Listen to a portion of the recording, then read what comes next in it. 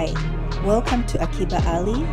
Today we do a character study on Tamlin from the book series A Court of Thorns and Roses. We will be analyzing his most toxic traits, anger, possessiveness, and control, and how these affect Feyre, Lucien, and the Spring Court. We explore how these flaws influence his choices, lead to his eventual isolation, and reflect larger themes of power, trauma, and redemption. Let's talk about Tamlin, the High Lord of Spring Court. Once portrayed as a romantic hero, his character arc in Sarah J. Maas's A Court of Thorns and Roses reveals a more troubling nature. Today, we delve deep into Tamlin's character, examining the traits that paint him as controlling, violent, possessive, and lacking accountability. At first glance, Tamlin appears as the quintessential fairy tale prince, handsome, powerful, and protective. When we are first introduced to him, he is presented as the white knight who saves an impoverished young woman from poverty. Tamlin is charming, reserved, strong, loved, and respected by his court, the Spring Court. He seems to woo Feyre, the main character, and they slowly fall in love, and his only focus is to keep Feyre safe from the more dangerous Fae that live in Prathian. He is chivalrous, strong, and wants to protect those in his court.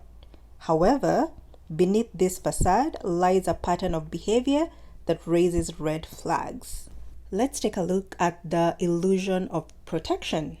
When Feyre first enters the Spring Court, Tamlin appears to be the classic romantic hero, mysterious, powerful, protective. He offers her safety, beauty, and even a glimpse of love. However, early signs of his need for control are already present. He keeps Feyre in the dark about the blight affecting Prathian, refusing to arm her with the truth. Even when his silence is meant to protect her, it also denies her agency, a pattern that becomes central to their relationship. He does not allow Feyre to know the full scope of what is happening in the Spring Court. He constantly hides vital information from her, isolating her and neglecting her needs. His unresolved trauma leads Feyre to be isolated from everyone, including the people of the Spring Court. Tamlin dismisses all servants from the manor, and Feyre is not allowed to help in rebuilding the Spring Court.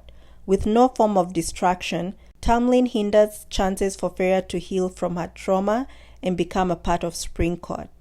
Feyre's mental health deteriorates under Tamlin's control. She experiences nightmares, anxiety, and a loss of self. Instead of offering support, Tamlin's actions exacerbate her trauma, illustrating the detrimental effects of his behavior. Tamlin's protectiveness quickly curdles into possession disguised as love. While Feyre initially accepts his authority, especially after enduring poverty and trauma in the human world, this imbalance becomes more dangerous as Feyre begins to change. Tamlin's protectiveness often crosses into control. After the traumatic events of Under the Mountain, instead of supporting Feyre's healing, he confines her, refusing to let her train or make decisions about her own safety.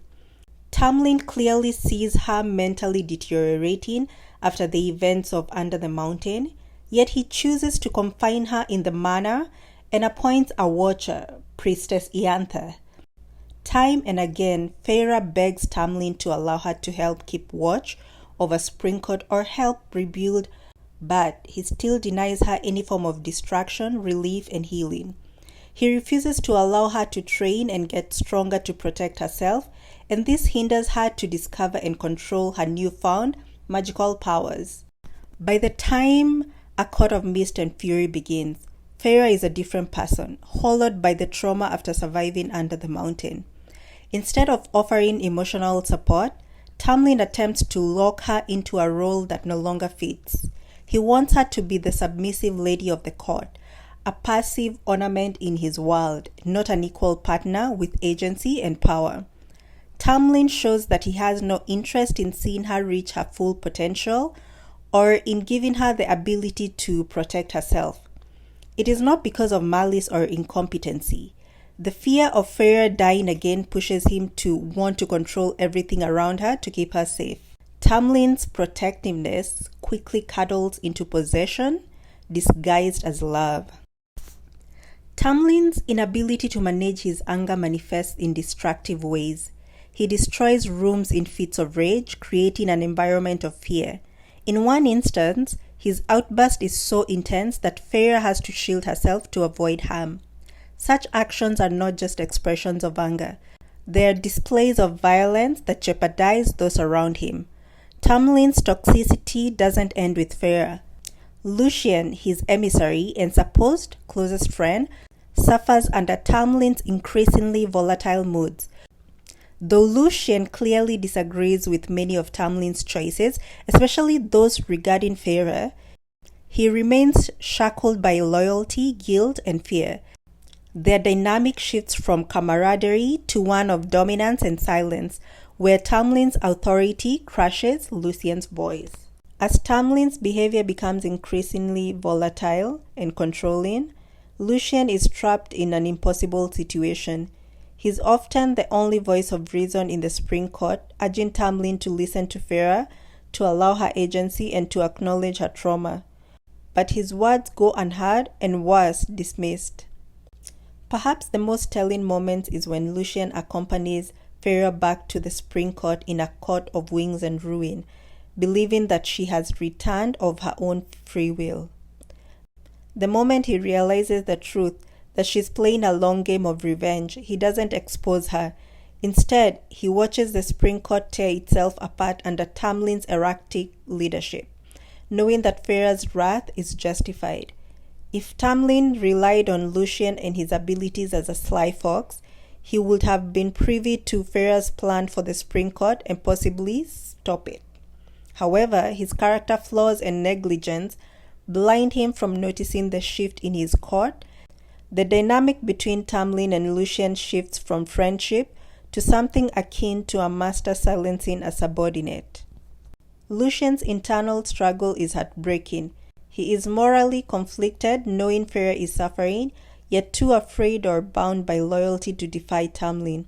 His own trauma, including his past with his family and his complicated relationship with his mate, Elaine, makes him more empathetic, more human. He becomes emotionally isolated, unable to stand up fully for Feyre, but visibly eroded by the consequences of staying silent. And Lucien's silence when Feyre serves the last blow. Tamlin's spiral into obsession and emotional tyranny doesn't just affect the people close to him, it poisons the court itself. His refusal to adapt or acknowledge the changing political and emotional landscapes leaves the Spring Court vulnerable. The Spring Court fails its people. His alliance with Hybern, a desperate, morally bankrupt decision, is the final fracture. Instead of being a bastion of life and renewal, it becomes a haunted estate full of silence, fear, and broken trust, a place where servants walk on eggshells and the magic that once fed the land begins to weaken, a symbol of decay where growth is no longer nurtured, only suppressed. What was once one of the most beautiful and powerful courts in Prythian becomes a cautionary tale about how leadership without empathy is leadership doomed to collapse. Even when Tamlin shows moments of regret or attempts to make amends during the war, his court remains in ruins, politically isolated, magically diminished, and emotionally broken. The Spring Court isn't just a casualty of war. It is a reflection of Tamlin's soul, once full of promise, now withered by fear, control, and unhealed wounds. Throughout the series, Tamlin rarely takes responsibility for his actions. He justifies his behavior as acts of love, failing to acknowledge the harm he causes. This lack of accountability hinders his growth and damages his relationships. And yet, Sarah J. Maas doesn't write Tamlin off entirely. In A Court of Wings and Ruin, there are glimpses of regret and sacrifice, notably when Tamlin helps Feyre during the war.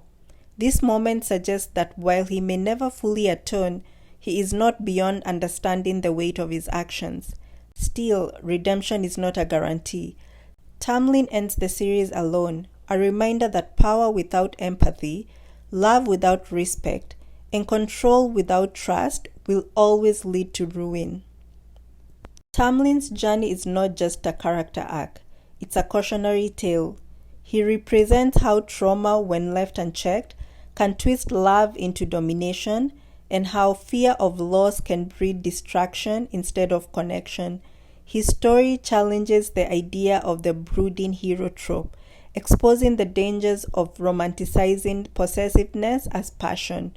Through Tamlin, Mars explores what happens when a man cannot evolve with the woman he claims to love, and what's left when the need to protect becomes a prison. It's essential to recognize and challenge such behaviors, both in fiction and reality, to foster healthier relationships. Thank you for joining this analysis. If you found this insightful, please like, comment, and subscribe for more deep dives into your favorite characters.